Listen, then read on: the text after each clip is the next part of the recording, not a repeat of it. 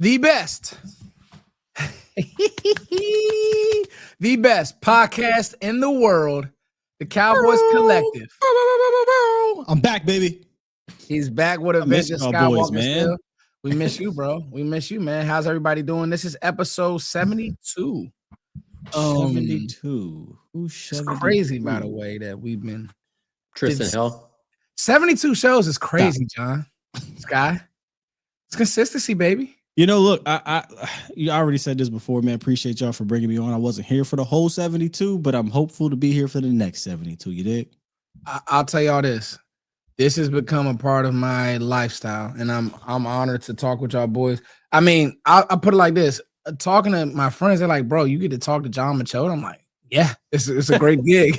Like, really oh, bro, when you tweet out stuff, they send it to me. I'm like, that's my boy. I could just text him if I want to. But you know, I don't pull that card, Sky. You know, we fake big time, but we gotta be kind of professional, is what you say. We gotta be kind of professional. But one other 72, I do have to mention just because I was talking about him recently.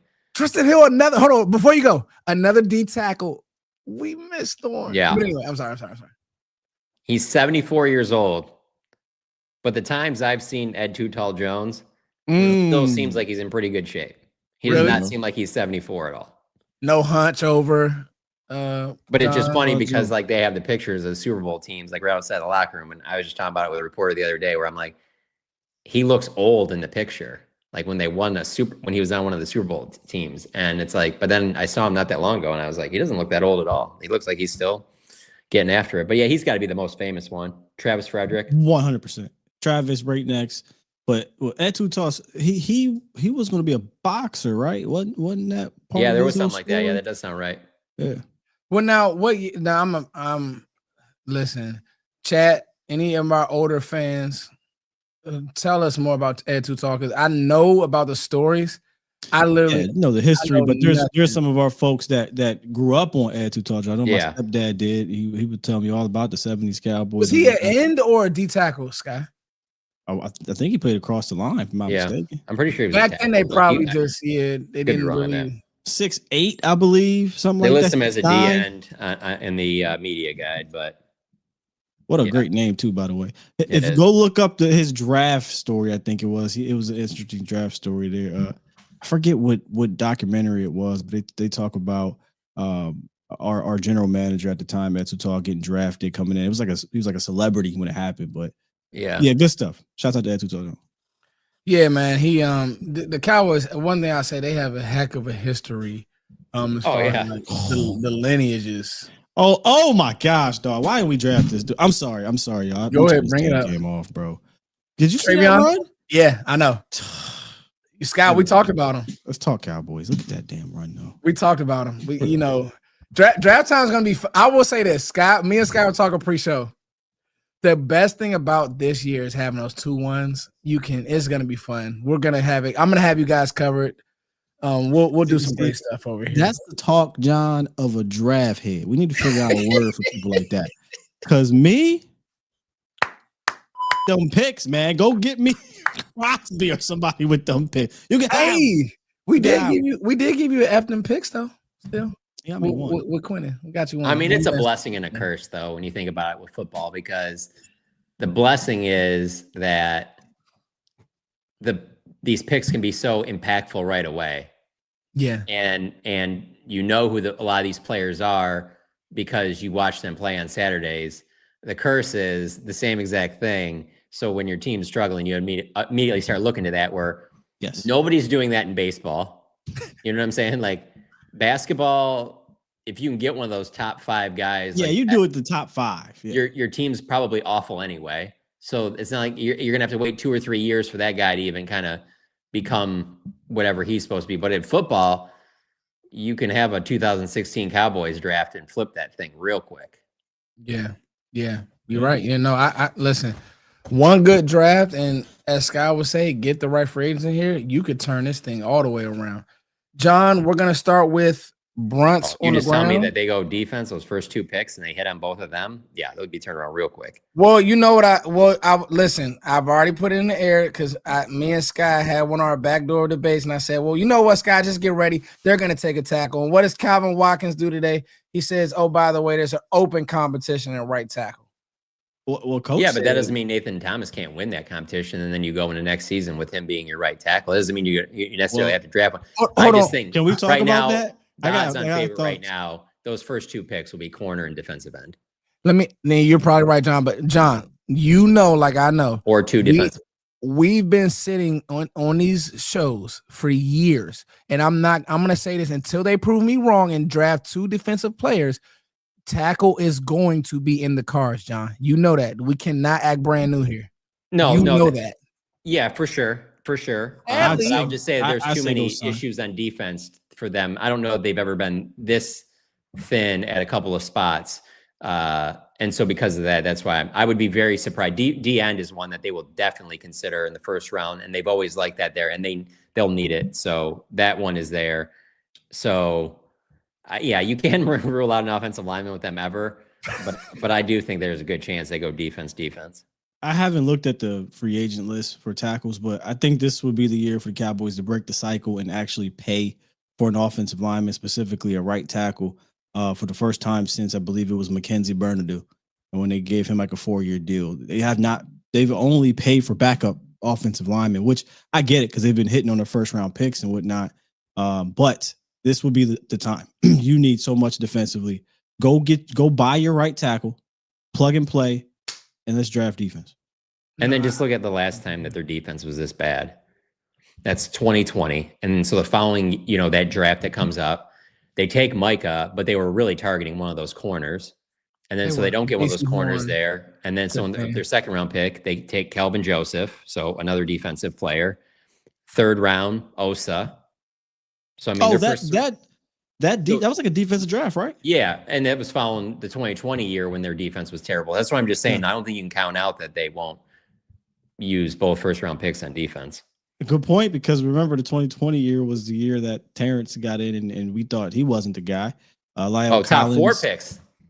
Yeah, they had 2/3 that year. 2/3, Nation Wright, Chauncey Golston, Osa, Micah, and 11 of the picks. I want to say 9 or 10 of them was defense. Yeah, something like that. It was crazy. The good nugget, John. Yeah, so I think the players are there. There's good DNs in every draft, so that's where I would be thinking right now. All right. Shout out to Sky for this segment. We're gonna go with Brunts on the ground. Make sure he's gonna toss it to somebody else, but I'm gonna say shout out to Sky because this was. I'm gonna give credit to the person in the chat. I'm sorry once again. Your name, if you're in the chat, please drop it. But listen, this hat has become a mainstay with who I am. Literally put it on every day or every other day. One of my favorite hats, and Brunt, man, I can attest to it. They got some good stuff. The Sanborn ones, Sky, you got them there. If you don't, it's cool. I think we don't want the Logan Wilson 3s. Next to me right now, but maybe the K9 2s. No, the Logan Wilsons are not from Brunt. The Logan Wilsons will probably be made by Skechers or something, because he got a little bit more. He got a little something to him. He ain't quite boots. He got a little bit more athleticism to him. We put him on Skechers or something like that. Put him on Skechers. But use code HMA. Thank you, Brunt, for just amazing wear. Like I said, it's clean, man. Really clean stuff. And the designs are really clean as well. So use code HMA for all your Brunt purchases. And with that, we're going to toss it over to John Machota. John, a lot is going on. A lot of people are coming back. But I want to start with this, John, if you don't mind. Can you give us the temperature of the locker room? And take your time. So today was certainly different. This is the first time we got a chance to talk to players since Marshawn Nealon passed last Thursday. And so there wasn't an open locker room. They brought players out, and in our profession, usually we complain if there's not an open locker room. That's a big, whenever that stuff happens, that's always a complaint with the Pro Football Writers Association. But in this case, I was completely fine with it. And the reason why is because, they decided that they were going to bring out 5 or 6 players to talk. And while I thought that was a good idea, it was players that wanted to talk about Marshawn Nealon, that are closest to Marshawn, that know him well, that wanted to also talk. So you don't have a bunch of people just going up to everybody in the locker room, and maybe there's guys that they don't want to talk, but they also don't want to come off like, oh, I'm being disrespectful because I said I don't want to talk about. So you take that decision out of their hands and you just go to the guys, hey, do you feel comfortable talking? Do you want to talk today or whatever? So we didn't go in the locker room today. We went to practice. And then we had, it was Solomon Thomas, Dak Prescott, Osa Odigizua, Ryan Flanoy, and Donovan Ezeraku. Ryan, I wasn't there for Ryan, but I was told that it was because he was friends with Marshawn Nealon, and so that's why he was one of the guys that spoke. But I knew Osa and Solomon would talk for sure because they had a memorial service at it was a memorial / candlelight vigil a couple nights ago at the Ford Center for family members of Marshawn Nealon, but also for team family and family members. And two players there was a lot of people that spoke, but the two players that spoke were Osa and Solomon Thomas. So I knew that there was a good chance both of them would talk. And Solomon Thomas is great. And he was great talking about not just Marshawn Nealon, but also, suicide prevention, depression that's being dealt with beyond football in the country and around the world, things like that. He's just very, very well spoken on all of that stuff. Same with Dak, and so there wasn't the vibe from the locker room that I could really get for you. I will say at practice, it did seem like they were back to a normal practice in terms of music blaring, guys moving around. They seemed to be upbeat. And I say that because I didn't know what it would be like, because judging off how Brian Schottenheimer was the day before, I was like, I don't know what this is going to be like at all. Brian Schottenheimer was very emotional. It's 20, 25 minutes he talked to us. But then today you could tell he was more like his old self. And I thought that was a sign that, hey, he's probably, talked to a lot of the players, the leadership council, about how they're going to go about this. And it seemed more like how it has been at practices in the past. And so you can tell that, they're not going to be all the way, you're not just going to move back from something like this and be all the way what you were before. You probably never will be, but it did seem like a normal, it's a Thursday today, but it's a technical Wednesday practice for them because they don't play till Monday night. So from the practice, I'll share that one thing I did notice. Now, this is only during the walkthrough stuff, individual drills and stuff like that. So if Monday night this is different, don't hold me to this, but DeMarvion Overshown was doing drills with Kenneth Murray. So I think that Kenneth Murray will be your starting middle linebacker for this game. And I think that while there will be a competition with Logan Wilson, I don't think that it'll be, hey, we're throwing Logan Wilson in right away as the starting middle linebacker right off the bat. Let me stop you right there for a second there, buddy. I'm not actually surprised by that, John. But do you think this is something where he starts off and then by third quarter, we see Logan Wilson and him splitting time, and then by the time we get to the next week, it's Logan Wilson? I think that's very likely. The one component in here that you have to factor in is, well, when people hear that, they're going to just think of the player. But this is the one position where you can't just factor in the player. This is the person that has the green dot that's going to be calling the defense. And so you have a new guy coming in, and maybe they want to give him a little bit more time before they give him that role. I've never gotten the sense that they want Overshown to have that, responsibility on top of other things that he's doing. So I think it will be a straight green dot for green dot trade that, if Kenneth Murray comes out, then Logan comes in, and that's the way that that's going to operate. And so I'm not saying it's going to take him multiple weeks to get caught up on the defense, but there's a lot of things that, while I find it boring early in training camp, when they're not hitting, there's a lot of that can be ironed out because you have several weeks where you can be the one that, hey, this guy that calls the defense, he knows this is what we do. And it's bigger than just relaying the call. You got to be very good on your communications, because especially with this defense, there's been too many times where the back end isn't doing what the front end's doing, and and that's leading to all kinds of issues too. And that's why I think that they've, stayed with Murray well, they didn't really have another They option, have a choice, did they? but he was the one that knew the defense the best that could be out there. And so I think that I don't see it just being this straight, I'm putting him out there. I also don't think that will be the case with Savon Ravel. I think that he'll work his way in. I also think that there's a potential that he could be inactive on game day. Now, I will say he was full go today.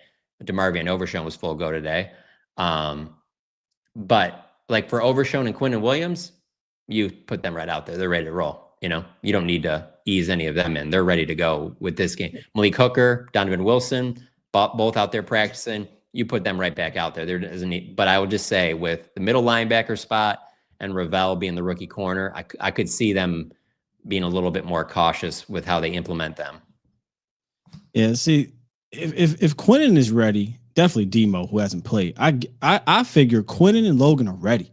Like there's no need to hold these guys back because they're not coming off injury. They're not. If Logan wasn't calling the defense, I'd say, like if he was the weak side and they already had, let's say, Overshown was the guy that calls it, I think that would already be done. I think that's the only component that keeps him from being out there. You know, if he was a young linebacker, not familiar with this system, etc., I could see where, yeah, we're not ready. We don't trust you.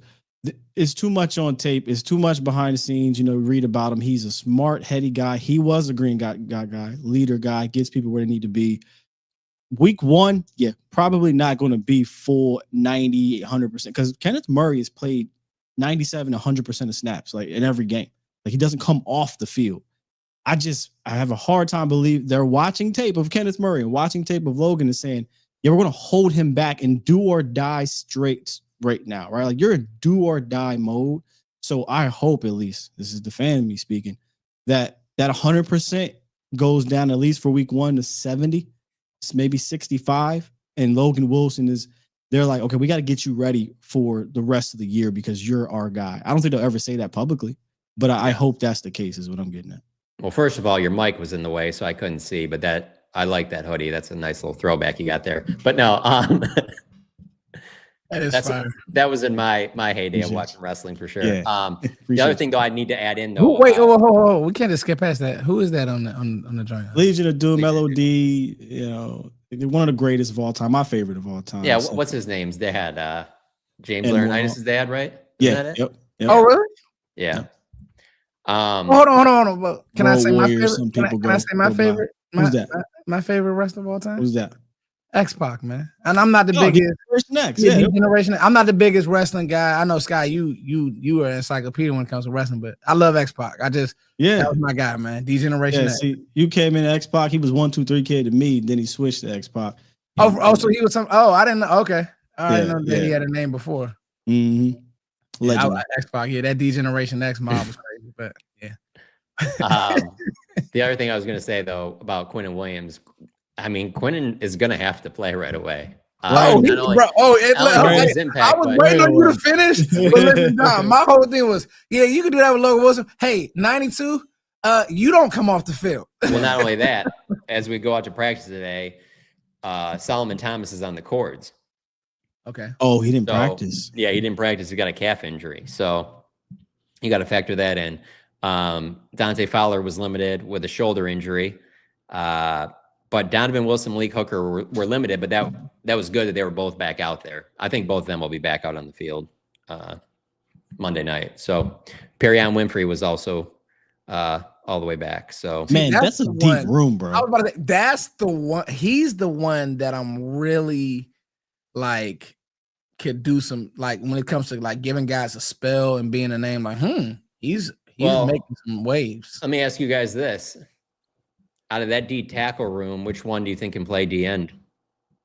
Perrion Winfrey, 100%. I was just about to say, if you wanted to go, and this might hurt some, not those penny fronts here. Oh no, I'm asking you guys for a reason because Schottenheimer talked about being 5-man fronts, but then also that they can use some of those guys another way, and so it makes see 5-man fronts. You can use some of those guys to potentially rush off the edge if you have to with just a bigger front, If they want to do traditional 3-4 stuff, it ain't Osa, y'all. It's Perrion Winfrey at 5. But he's not, his first game. I'm not saying he do it now. But if you're talking about the prototype, He's 6'4", 295, 300 pounds. That is what the prototype 3-4-5 tech is. So you go Perrion, you put Quinn in that nose, and then you have Kenny Clark at the other side. If they want to go traditional 3-4, Solomon Thomas can do a little bit of that too, right? At 6'3", 6'4", 290. And then you got Osa, who would be really undersized, but I mean, that's where you would fit them if you were doing traditional. Now, 5-man stuff is a little bit different because they're in a different technique. They're more 4-eyed. They're not shaded all the way out there. The 5. I want to see some of that penny front stuff. I want to see. You will, but I think you'll see it with more linemen. He used to do it with the linebacker. Like if you go look at his Chicago tape, he'd bring a linebacker down and it'd be 5-1. But now what we're seeing from him is interesting. He's doing 5 defensive linemen, 2 linebackers. It's interesting. I'll give him credit. He is like, all right, I got to adapt, and he has adapt. Now let's see if he can keep at it. Yeah, I mean, to me, Winfrey, the Sky just hit it. He hits all the measurables. He has the right play. I love his play attitude, his play temperament. Like that's what scares me about Osa is I don't know how well he moves in space to play that 5, and you're gonna have to do some things in space. Whereas Winfrey moves well. Like it's gonna be interesting to see how they deploy it. John, if he even plays, that's what's crazy. He might not. You talk about Revel. How does Winfrey get on the field? You know what I'm saying? Yeah, you're right. Yeah, it's a linebacker. So is it a linebacker that sits down to add extra? So we will obviously sit down in this if we're going to bring up Winfrey, but you added another linebacker. So you're probably sitting down the rookie then, I guess. James. I guess you could do that. Yeah, you could. I talked about that, and I talked about that on some content I did. And I said it's probably best for James to watch. Like honestly, and this isn't even a knock on James. It's just like he's gonna benefit from just having Logan Wilson in the building. Like Logan Wilson was a captain. He's played I wrote it down. Played 69 out of 74 games. He's played a lot of football, and that goes to Sky's point too, John. Where I get it, I just don't want to see. Like we're gonna play this game after the 30-minute mark. I just really don't want to see any more K9. I know that you have to ease him. It has to be the political, the jargon, but it's like, bro, I've seen enough. Like you look at any site that does rankings and where they rank these guys, and it's like they've all seen enough. It just hasn't been good enough. That's why you go make this move. And the reason why you make this move too is because Logan Wilson is a true vet. He was a captain for the Bengals, and the low-hanging fruit with people is, well, he got benched on a bad defense. I don't know if I subscribe to that. Yeah, I don't know if I subscribe to that, thinking that he's that bad and he's going to be better than what you have. So, there's more to that story. This wasn't a Logan Wilson is not good. He's getting benched. This was all right, we're not good, and we got a young guy we drafted. We like. We're going to move on from Logan. Let's trade him. That's what that was. That wasn't he's so bad we're benching him for the young buck. I did some research, guy. He you talk about a true leader. Barrett Carter was interviewed and he said, man, saw that. You saw it. He said, bro, Logan Wilson was one of the first people who reached out to me and was like, I'm still gonna pour into him. So like stuff like that just resonates well with me because that's what this locker room needs. They need Overshown out there. They need a Wilson, like true leader. Somebody said, I saw this today on Twitter, John. Oh, he doesn't have any drip. Bet I want him playing middle linebacker. I don't want. Did you see that, Scott? That's funny. One of those goofy. They have to be like 15 years old. They have to. Yeah, well, he doesn't have any drip. That's my type of linebacker. White linebacker. Sign me up. No shade. Hey, what's funny since we're talking about this? I never thought about it at the time, but look at Dak his rookie year. No drip, no swag. I don't know if it was just like the face mask, but it was also just like no arm sleeve, no armbands, like just really like I don't know. It just didn't. He didn't baby look like. Face he just Dak, looks so man. Baby face. He just does not look like. I saw a highlight from, I don't know, it was like last week or the week before, and I was like, man, he looks nothing like that anymore. Like arm sleeve. That just a lot different now.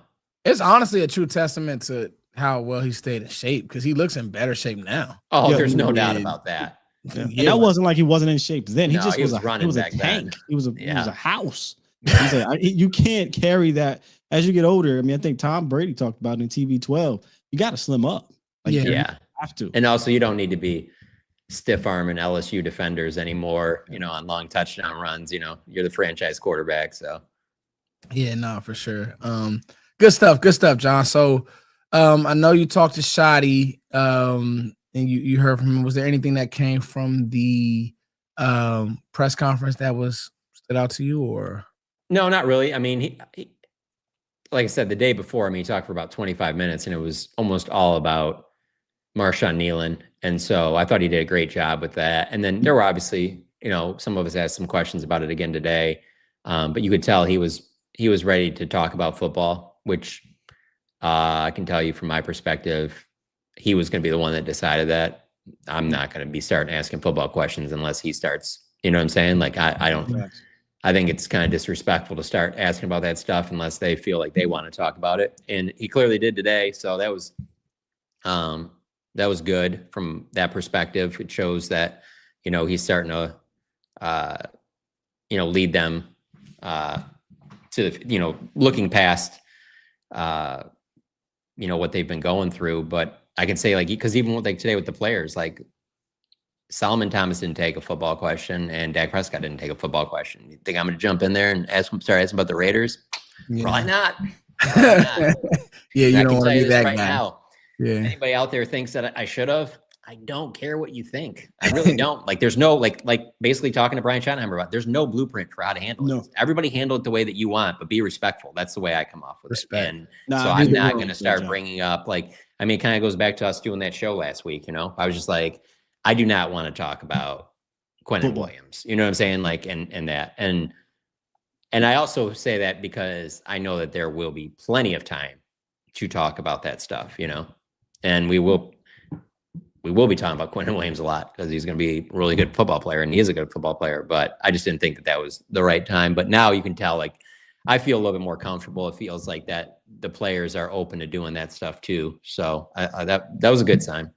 They lost a family member, bro. Yeah. They lost a real family member. And you spot on, John. I went back and watched, and that was a hell of a show. And you got to read the room, even as a reporter. You got to read the room. So, and pivoting, John, I did this with when we got Clowney. I want to do this now with Williams. How does he look? Just compared to what we had, just his body. What do you when you look at Quinnen Williams, you that guy.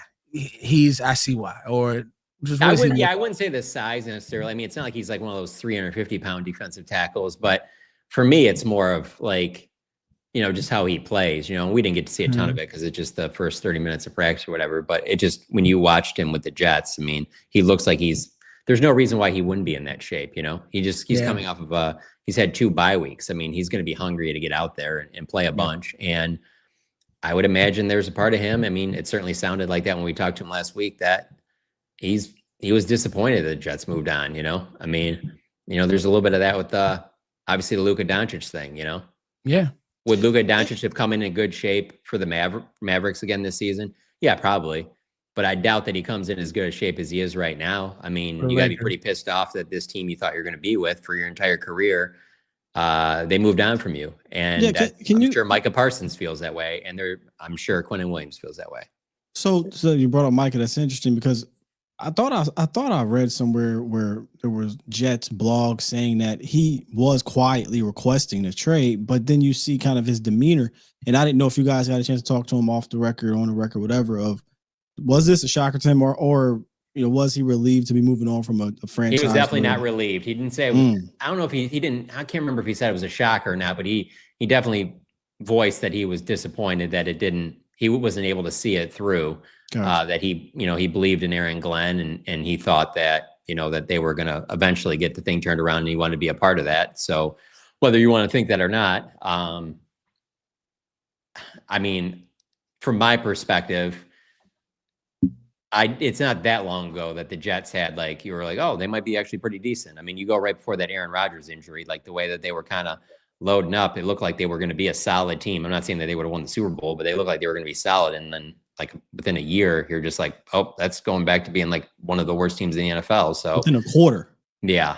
So because of that, it's easy to sit there and say, "Oh, yeah, he doesn't really believe that." But the injury, he certainly, I can see how he would feel that way. You're a top 3 pick, and you're one of their cornerstone players, and you're still playing at a high level, and they trade you. So I wonder if he was just like, man, this is such an inconvenience. You know what I mean? Like the middle of the season, it's a bit of annoying. But I bet if he sat and thought, like, granted, Cowboys aren't the Chiefs or the Eagles right now in regards to winning Super Bowls, but I'd imagine he's like, I'm in Dallas, right? Like football wise, yeah, it might not be championship games every year, but you damn sure ain't going top 3 pick every year.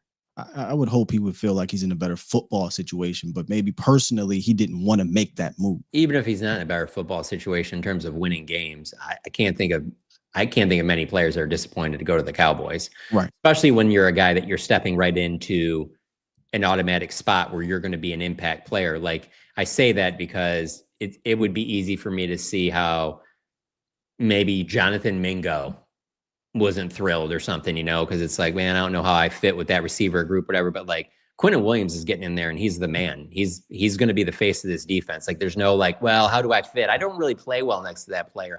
No, you're going to fit just fine.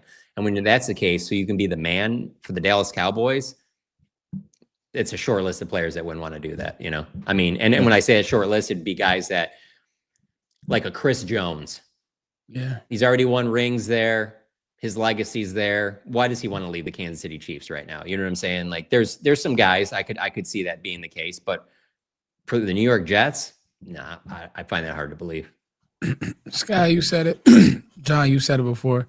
This is the type of player that you can flip your defense to make it a great unit. Hey, real quick, I'll just ask you guys this in the off season. Here's the best comp I can just give you off the top of my head.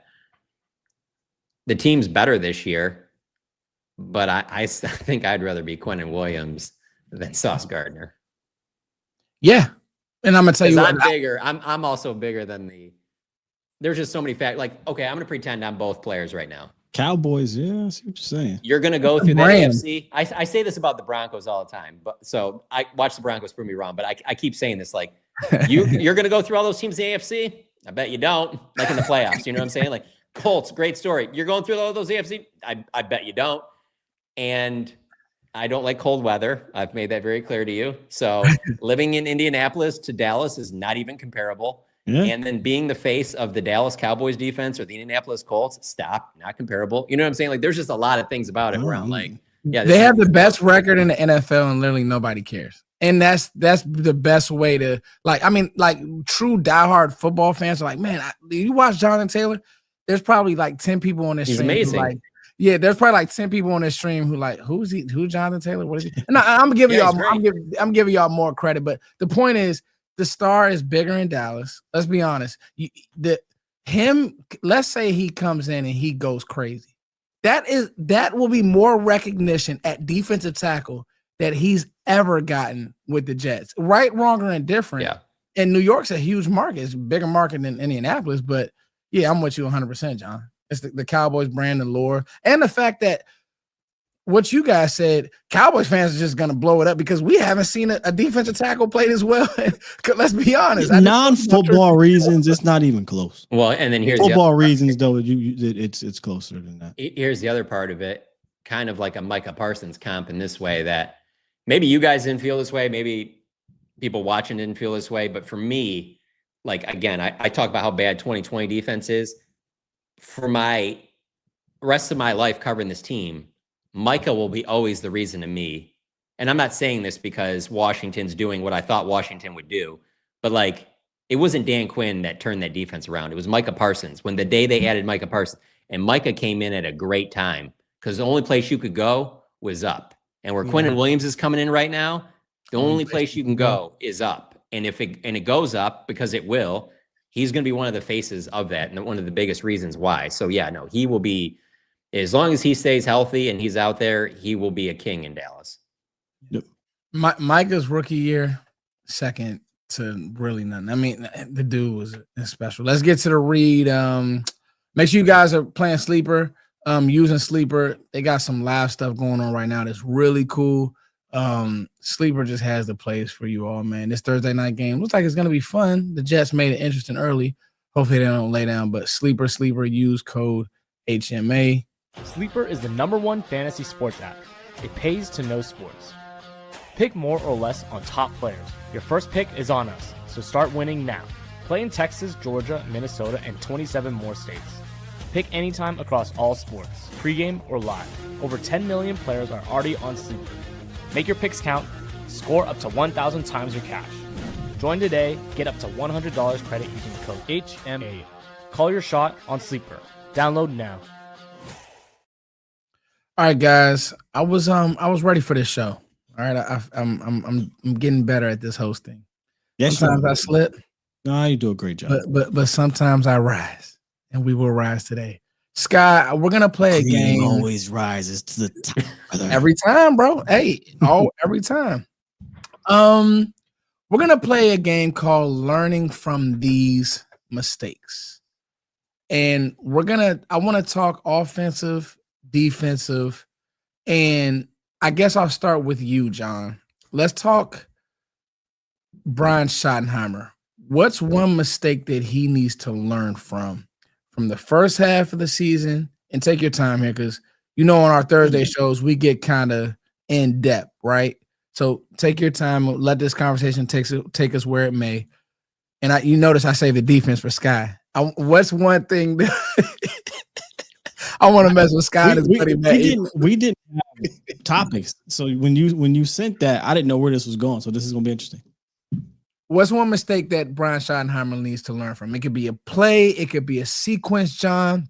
It could be his thinking. It could be the stupid conversation that's going on in the community with CeeDee Lamb and George Pickens. What's one mistake that he needs to learn from the first half of the season to now? The second half in our bye. It's basically splitting half of the season in half, excuse me. No, that's a good question, because the way the offense has been the last two games, you could make the argument that maybe he needs to be more focused on that. But it's hard to argue that not going over, he had to go over to help out, like do stuff on the defense. He's the head coach of the team. Even if he isn't helping out, he has to do that. Like the optics have to be there with how bad the defense is. So there's not a lot that's really jumped out to me. I kind of go back to the beginning of the season. I think the one thing that, depending on how the season goes, is like maybe he went with too much inexperience on the coaching staff and not enough of like guys that he had known that had been in the business a long time. I don't know if that will be a factor or not, but you could probably, the coaching staff changes and things like that, I think that those could potentially be questioned. But in terms of on the field, my big thing is really just and I don't know if this is a Shoddy thing or a Dak thing or both or whatever, but I just feel like there's some times where, like the Denver game, where I can't get past the not throwing to George Pickens on the goal line when he's singled up against a backup DB that just comes right off the bench who hasn't played all season. Dak, though, more than Shoddy. It probably was, but that play call certainly looked like it was going to CD. But like little things like that would be the only thing. Like there's nothing like major overarching with like his play calling or anything like that. Like I know some people have argued, oh, he wasn't aggressive enough here, he wasn't whatever. Like I think he's looking at the big picture. He's not just the OC. So I think he's also trying to do stuff that complements how bad this defense is. So it's tough to be like too critical of him because the defense has been so bad. If the defense was at least decent, I think I could be more critical of the offense, because even if they're like I say, okay, so that's a little thing like that first series against Denver. There's a trade-off with that his running game has far exceeded my expectations. Might not be far exceeding yours. Maybe it just slightly exceeds, or maybe it's right where you thought it would be. It's far exceeded mine. And so there's just like, I don't know, there's like little things you can nitpick. Like I said, you could possibly nitpick the coaching staff, or, maybe some, areas that maybe they needed to do more at, on the offensive line. But there's not like one overarching thing where I'm like, he completely screwed that up. If he can go back, he'll completely change that. I don't see one thing. But maybe you guys will mention one but just off the top of my head, I can't think of anything. That's fair, because I've been coming out of these games prior to even the last two games. I haven't been screaming at TV, but I use that term because for years, I would be screaming at the TV. And maybe I'm grading on a curve because it's year one. And it is a new scheme. This is not anything like we've seen over the years. But I still, he has his warts. He has moments in the games throughout, some of these games where you're like, I wish I did this, but that's normal stuff. That's every game. That's every offense. No matter how good the offense is, you're going to say, damn, why we should have did this or did that. But I don't come out like, man, that was a shitty game plan. Or that was just awful this and awful that, like a bunch of times. Maybe a series, maybe a half, maybe even a game. But out of 9, yeah, I'm with you. I don't have anything where I'm just pulling out my hair like, man, he needs to XYZ. I didn't love the play call. I would have went for it. I've said this before against Green Bay in overtime, and he didn't want to do that, and that's fine. And they end up getting a tie out of it. I'm the coach. We probably lose that game, but I didn't want any part of giving Green Bay the ball back. I was like, they're just going to come down and score anyway. Now they held them to a field goal, which surprised me. I thought they'd just come down and score a touchdown, but that in that overtime, maybe you can second guess like the play calling when they got down. I'm talking like when they got down to even on first down. It can be. We're talking about something to learn from 8 games of collective, 8-9 games that we learn from and move on. Because we're talking about a mistake. Oh, there's a mistake. Yeah, no, that's what I'm saying. There isn't an overarching thing at all. No. Yeah, there's a mistake in every single game. But if we're talking about 8, you got 9 games. What is it? 3, 5, 1. 9 games. What is the mistake of the 9 games that you can take and learn from moving forward? I don't know what the overarching one would be for the offense for me. I would say don't even know where to start on defense. You can go all over. Sorry, go on. I'll be a little nitpicky here. Then it's just been times in the red area where it looks like sometimes I know the Bears game. I'll go back to that game where I feel like we could have gave Javonte the ball.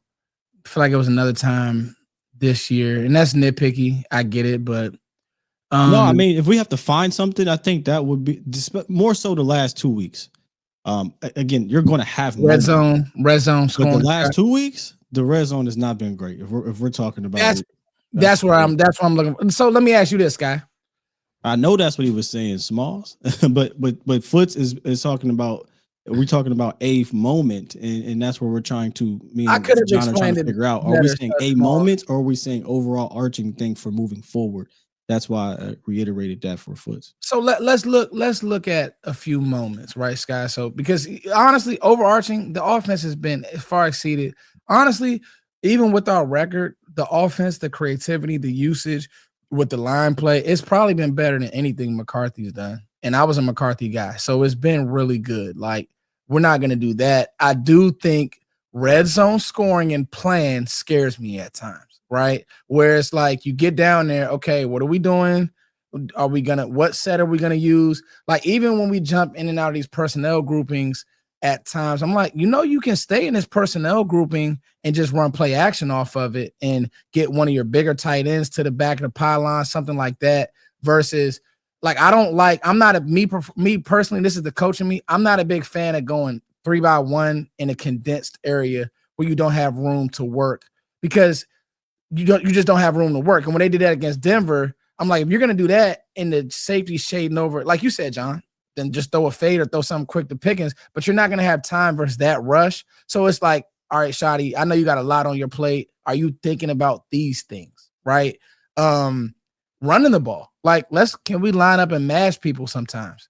I would like to see more of that. That's really the nitpick of it for me, because the red zone scoring is looking weird at times. It is, so that would be my nitpick.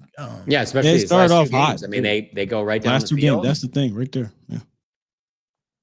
Yeah. No, I agree with you. Yeah. Okay, now Sky. What's one mistake? There's not one. I mean, we ain't even got to. Seriously, I don't even know how you got to start somewhere. I think number one is clear that it's the number one. I mean, I guess it could be 1A, 1B, but it is clear the early in the season, the far too much zone and not enough blitzing. Like, I think that those two things are very close to being at the top. But I would say I will start with the zone thing over playing more man, just because of your personnel, and that's where it all begins, and then it goes all kinds of different directions after there. But I mean, I'll piggyback off the personnel. If there was a mistake to learn from, is to put the personnel out there that's better and that fits. And you might say, well, Sky, we're running out of bodies. You started to run out of bodies at corner, that's for sure, and then obviously at safety. But at linebacker, I just didn't. I don't know why you kept going with the Murray situation. I don't know why Leah Fowle's not playing. Even though Shamar, we talked about it before, he's not, that dude. But you see, okay, you put Leah Fowle there, Shamar. You're the only guys who made plays at linebacker, y'all. Like, this is no joke. No other linebacker has made a splash play. We get excited when Murray makes a tackle. Like, that's how pathetic it's been at the position. So, Overshown couldn't be coming back at a time where it's not gonna. I mean, like, he comes back at any other time with the Cowboys. You're like, oh yeah, I kind of noticed him in this play or whatever. But like, even if he's got some rust, he's going to instantly step in there and he's going to make plays. Now he is returning also when they get Quinn and Williams. So I mean, this is ideal time for him to be coming back. Man, he ain't need him. Like, no offense. I know, but I look better than these guys. No, yeah. No offense, but he was making plays last year. Who was the defensive tackle last year? You know what I'm saying? Like, so he was making plays then. So if to me, who was it? Osa, you got Osa, Osa, Mozzie. Who was the other one? And Osa. Maserati and Mozzie. No, seriously. I got Osa and Mozzie, but who am I forgetting? I honestly Linval Joseph, those. Oh, that's right. Yeah. How old was Linval Joseph? 37. 37 years old. Scott, do you ever drop? What are we doing? This is bad. Scott, we just got Quinn Williams. Thank God. Scott, what are we doing with Linval Joseph? We were talking that up because, and I don't blame Zim either. I blame that shit on Jerry and them because Zim was begging. He was begging. He said it right to the reporters. Hey man, we need nose tackle. Yo, Linval Joseph. They went out and got an old man. Now, shout out to Linval Joseph. Shout out to you, Linval. What is he doing? That would be me. I don't know. I don't think he's playing. Okay. But I would say learn from your personnel mistakes. Like, now that you got some bodies, right? You got not bodies. Let me correct myself. Now you got some good players. Logan Wilson's a good player. Quinn Williams, come on. DeMarvion Overshown. Savon Ravel is talented. I now will say you got a little bit more room to me where you could say, all right, I'm playing the better players and they have more room to get acclimated. So if things aren't great right away, you can say, yeah, but these are the best guys. They'll get it right and they'll figure it out. And I believe they will, as opposed to, yeah, Weezy Bridges is going to figure it out. No, he ain't. So quit asking. You know what I'm saying? Elijah Clark ain't figuring it out. You know what I'm saying? Mm-hmm. Murray is showing you for 9 games. He's not figuring it out. He'll make a play here and there. We'll get excited, but not a play. He'll make a tackle. Kalen Carson had a good game. We're going to save some time for you to talk about that, Scott. I loved your breakdown on that. That was great work. I'm going to piggyback on both of you guys. And so, the fastest way to get Overshown going? What's that? Blitz him. John, you said it. Yeah, baby. Like, with this D-line now, because again, this is where I'm going to now start being more critical on Matt Eberflus. I have been patient. The coach in me is like, be patient, guys. Now I want to see, okay, this guy is a walking double team shredder. You now have an all-pro that offensive lines, these small centers have to attest for. It was the same thing with Micah Parsons. They had to set protections his way. They're going to have to do the same thing for Quinn Williams, or he can wreck a game. You'll be in 2nd and 14. You'll be in 2nd and 13. You'll be in 3rd and 7 because he knifes back there and he makes plays. It's all over his tape, even this year. Cool. Eberflus, you've now had 2 weeks to think about how you're going to employ a missile like DeMarvion Overshown. That scares me. Seriously, because he doesn't – that's not his – like – Dan, I know I'm not saying I want Dan Quinn. No, a guy of Dan Quinn's nature would utilize him that way. You know what I'm saying? Spags, these types, the winks, the kind of mad scientist-y type. Dennis Allen I think he's done a great job in situational football in Chicago. I was just watching some film on the Raiders game, and I'm just like, man, and that's one of the guys I wanted was Dennis Allen. Allen's good. He's a good defensive coordinator. Yeah, I hope Flus changes who he. I know that's tough because teaching the old dog new tricks, but he hasn't been a guy that blitzes that type of player often and uses him as a chess piece often. And I don't think he needs to be used that way to be good, but I feel like he needs to be used that way to be an all-pro type of player that he can. I think he can be an all-pro. It's going to take the right person to unlock it, though. I've always said, Scott. Zimmer's another guy. I've always said, not to cut you off, but I never wanted him playing Mike. I don't want Overshown reading, calling defense. I want him chasing the football. I want him taking away quarterbacks. I want him sitting at the line of scrimmage being a spy, like doing those things. As he grows in his career, maybe go because he can cover. He plays safety at a point in college. Like, do those things. And you're right, Sky. I don't even care about any of that stuff. And just tell me he's healthy. He'll figure it out. The thing is, though, John, hold on, John. This is what I'm saying right here. Respectfully, John, Eberflus can't have him dropping his zones. Not week one. Have him go play forward. Be a forward playing player. You know what I mean? If you want to use Shamar James to drop, because he does that pretty well, actually. But he shouldn't even be active. Seriously, I mean, what are we doing here? Yes, yeah. They're gonna Logan Wilson, DeMarvion Overshown, Maris Lee, probably Kenneth Murray. No need to have. I wonder if James will be active. That'll be interesting. But my point is, just let him play forward. All right, Sky. I wanted to talk about one thing, not a mistake, but a positive that we should carry over from each of you guys. But then so let's keep this under 5 minutes because Sky, I want you to talk a little bit about Kalen Carson because you actually hit on some things that maybe we can get Bland Black back because he's been awful on the outside. But anyway, Sky, what's a positive that we can carry over to the second half of the season? Defensively? Yeah. It seems like they've settled in. We talked about this on our show earlier. They settled in on Izaraku and Clowney in regards to, all right, we're not doing this whole, we're giving it all 40%. You get 20%, you get 25, you get 30.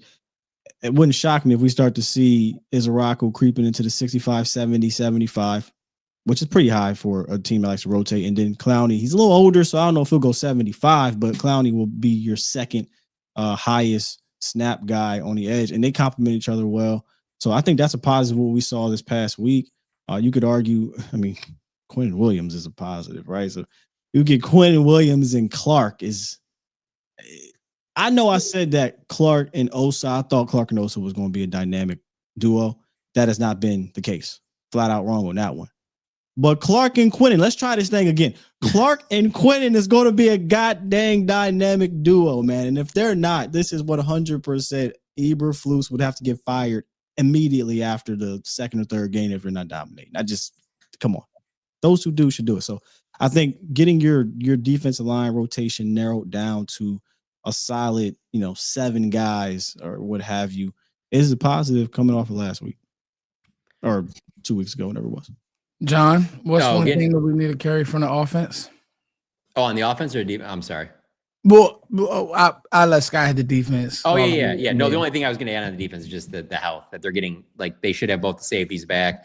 You get Savone Ravel. You got DeMarvion Overshown. I mean, that's got to be the thing that Matt Eberflus is happiest about next outside of Quentin Williams for sure. Offensively, I think the thing that you got to be happy about is that every week that goes by that CeeDee Lamb is removed from his ankle injury, and having this bye week should really help him a lot. And so if you have a healthy CeeDee Lamb and a healthy George Pickens and a healthy Dak Prescott, you should be in good shape. And the offensive line seems like it's about as healthy as it's been, that you're actually in a spot where it's not like, well, we're just going to have to play Terrence Steele or we're just going to have to play Nate Thomas. Like, you actually have where the best guy is going to play that spot. And so I think there's a lot of positives on the offense. And I don't think that's really been a big question mark, to be honest with you. So, yeah. Your 2 dynamic receivers, man. Your passing game, I think, has been really dynamic. Now, obviously, when it hasn't been, it's been because they've had to play one-dimensional and teams. 2 good defenses, by the way. One is an elite defense. Another one in Cardinals is a pretty solid defense. I wouldn't say elite, but when you go up against elite and solid to good defenses and you're one-dimensional, well, what's going to happen when you just drop back and have to throw it every time with a suspect pass blocking team. That's, to me, or pass blocking offensive line. That's what holds back the offense pass game at all times to me is pass blocking. When they're not clicking offensively throwing the ball, it's because they're not blocking it up. And I would add to that, Sky, when teams know that they can score and they know that you have to play catch up and you can't play with the rhythm on offense, you can feel when our team is pressing offensively. You can feel from it. top to bottom, from Shoddy to Dak to Lamb to all the players. I mean, fumbling from the tight ends, fumbling from the running backs, dropping passes and receivers. You're right. You can definitely. It really permeates on the field. That's crazy. They're the number one offense that's trying to make a play every time because they know this defense has no hope. Now, if Quentin can get you 3 more stops, 2 more stops, that could be a game won, 2 games won. So that's good stuff. Now, Sky, you found an interesting find because I did not watch the defensive tape. I watched for different reasons. Like I watched Clowney because I remember him making some good plays, and my eye was kind of right there. But Scott, what did you see in Kalen Carson? Because this is an interesting development. You know, he was physical. I watched your breakdown. It was really good. And what does that mean for him moving forward and the deployment of these corners? I thought about our conversation. Dude, this had to be like a month ago, maybe. I can't remember. Or we should have brought it on air, but we were just shooting the breeze. We're like, you do that a lot. Yeah. We were like, what if Carson is actually a fit? And I was like, Foots, I think he is. Like that Wake Forest, bro. Watch his Wake Forest game. He was off the ball, or I'm sorry, he was a zone type of corner. He could play in your chest. We've seen him do it in this game against Arizona, but he played very well off ball. Like, or he didn't have to be in phase. You know, he could diagnose things. It was like, this kind of a fit, but we'll see. He hasn't played. We don't know his injury, all that stuff. And what made me go look was like, oh, he played 42% of the snaps, going from 0 to 42. I said, well, let's see what happens because I don't remember them saying his name. So I went and looked, and I'm like, oh, he was your best defensive player, not in the front 4, 5, not whatever you want to call it. He was the best one. He had a couple reps or one specific on Marvin Harrison Jr. where he was just in his chest, 1-on-1. And Marvin Harrison Jr. was working around playing 1-on-1. You saw him comfortable and this is one of the things that have bothered me about the DBs this year is that their eyes have been bad. Safeties, corners, eyes have been bad. They've not been reading well. They tried a dagger concept against him, and it looked like it was going to work, but he read it, smoothed up out of his, flipped his hips smoothly, took that away. Now, pressure got there, but had pressure not gotten there, that's a play that has been open all year. But the number one thing for me, because you're going to need this in the run game, is he was physical. Teams beating you on the edge, not to his side. He was very disciplined. He was very physical. And something stood out to me listening to, I think it was Pat. Shout out to my brother Pat. No-C Walker was talking about the injury to his shoulder. He told Pat that it really did affect how physical he played. He was thinking about it. He couldn't, be as physical as he wanted. And when you watch him in this game, I'm like, oh, yeah, he wasn't lying because he was not playing this way when he injured that shoulder. He was a lot more timid. And I kept coming away like, why are you so different than your film? And it's not just confidence. Because to gain confidence, just hit somebody. Yeah. Right. Like we've been out there. I'm going to hit you at 110%. If I'm going to be wrong, you're going to get hit. And then I'm going to feel good about it. And now let's go. That's what he was doing in that game. Michael Wilson, I think is his name. He wanted to go play patty cake with him, on a block. He charged at him, threw him off of him, and let him know I was there. He was taking on pulling guards. He was very impressive. And I'm like, okay, all right, Quentin. Okay, Carson, let's stack this day. Let's stack this game because if he can be a boundary corner, Revel could be one maybe in a week or two. You can kick Deron Bland back in there, and let's see if that's something you can work with next year. So, man, that when I watch your breakdown, so one thing I know about Steele ain't gonna put it out if he don't believe it. Like, that's facts. No, that's facts. Like, because me and Steele fight on things. Because there's been times I'm like, man, I like what Kenneth Murray do. First, no, stop, don't do it. And I'm like, and me and Steele talk for an hour, and then by the time, like, all right, you know what, you're right. And then I watch the next game, I'm like, dang, Sky got me on that. He got me check. He went up on that one. Now I'm gonna say this about Kalen Carson. He's a DMV kid, literally North Point. I'm just telling you right now, Kalen, you might want to run, big brother. You messy. Literally, the school he went to, North Point, the Packers starting left tackle Rashid. They both went to that school. This is one of my best friends, Rashid Walker, plays for the Packers, and Kalen has always been gritty like that, Sky. That's why I like. He's always been tough. He was like a dog in that game, bro.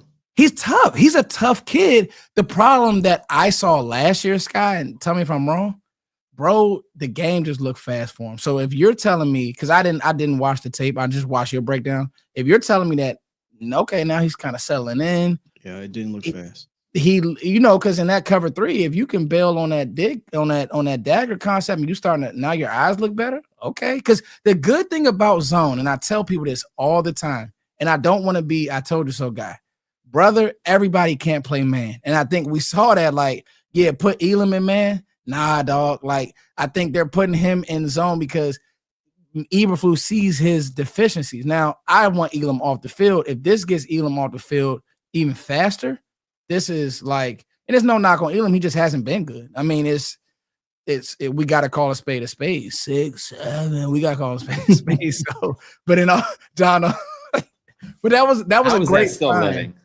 Oh, it's alive, bro. It ain't. Yeah, I asked my son about it. That him and his little 3rd grade buddies have a handshake where they do 6, 7. I said, God. So let me ask you this, John. Could you see a world next year? Because you hit it. Where we're still talking about this 6, 7 bullshit? I hope not. My bad. 6, 7. But Sky hit it. The good thing about bad defense is the only way, like you said, John, is to go up. What if you say, the defense gets worse? No, it can't.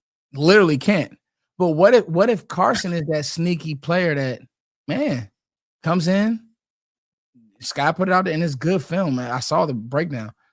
He's tackling, he's doing the things because Eberflus. Then you don't need to use one of those first-round picks. No. And you can use one of those first-round picks on another offensive lineman. That's what you mean. No, you know what I'm trying to get. See, John putting this. You know what I'm trying to get, John? I'm trying to use. I'm going to talk my way into this. I'm trying to use that first round pick. Let's go get us. You know what I want to go get. Let's go get us Caleb Downs. Oh, stop it. Let's do it. Let's go. Move up. Let's go, Sky. Let's end the show on that. We got our corners. We got Revel. Revel comes back. He's good. Carson's good. We're set. Hey, real quick on Carson. They did finally Caleb Downs, Sky. Let's get the 10. we got Caleb. We are set. They have shown that they will invest in defensive tackle. So I will hold out hope that maybe that eventually happens at safety, but I just find that hard to believe that they're going to do that. Somebody got to get in their ear. What I will say about Carson, so the next step for me is I'd like to see him challenged. They didn't even challenge him in the air in that game. It didn't even go his way. He didn't get targeted. So I want to see him get challenged. Like, he's going to give up some catches, right? But are you going to force a fumble, force an incompletion? Because one thing that was surprising, this team has not done what they did for a while under Quinn was get their hands on the ball. Lots of pass breakups, interceptions. That's not happening here. They're probably last in the league in forced incompletions. So I would like to see challenge him. Maybe that happens in this game. I'll tell you right now, we ain't talk Raiders. Geno Smith might have the worst eyes I've studied, so far. This dude is ridiculous. So he's going to throw the ball at you. We'll see if they can get their hands on it and get some interceptions. And again, when I want to see him when he gives up a play, can we bounce back? I don't want the confidence issues. We saw that happen last year. Shoulder issues on top of getting worked. Remember the Eagles game, I think it was? Or one of these games, they was just attacking that. Was it the Ravens game? That was early in the year. I think when he came back, there was they just attacked him, and I think they put his ass on IR after that. But I want to see, gave up a completion, gave up a touchdown. Can I bounce back type? So that game doesn't mean that everything's great with Kalen Carson. That just means he put good tape out, and now let's see him stack. That's all I wanted to say about it. Stuff, man. John, you got anything in closing? It's been a great show. I don't. How to listen back. I don't. No, it's good stuff. Yeah, man. All right, guys. We will see you guys, I guess, on the good thing is Tuesday will be after the Monday night game, so we'll be able to talk about the win. Fresh, yeah. And we'll be able to talk about that win. It's not a given, but they need to go out there and get this win to talk about that win. I like. We're gonna talk about that win, Sky. I need a win in my life. So Love you guys. Love you, chat. Thank you for locking in with us. We were 400 strong while football is on. That just lets me know that the growth of this show is amazing. Make sure you guys leave us a 5-star review on Spotify, iTunes. Listen on Spotify is different. It just feel like you a classic man when you listen. You know, I put it on in the car sometimes, and I just drive and listen to it. Critique myself, things like that. Critique myself. What was I wrong? What did I have to? Where did I battle with John and Sky at? But anyway, we love you all. Sky, Law, we'll see you back. And you guys have a great weekend because we got 4 more days till Cowboys. Friday, Saturday, Sunday. 4 more days. So get your fix here. Love you all. Cowboys. That's for you, Law. Love you, man.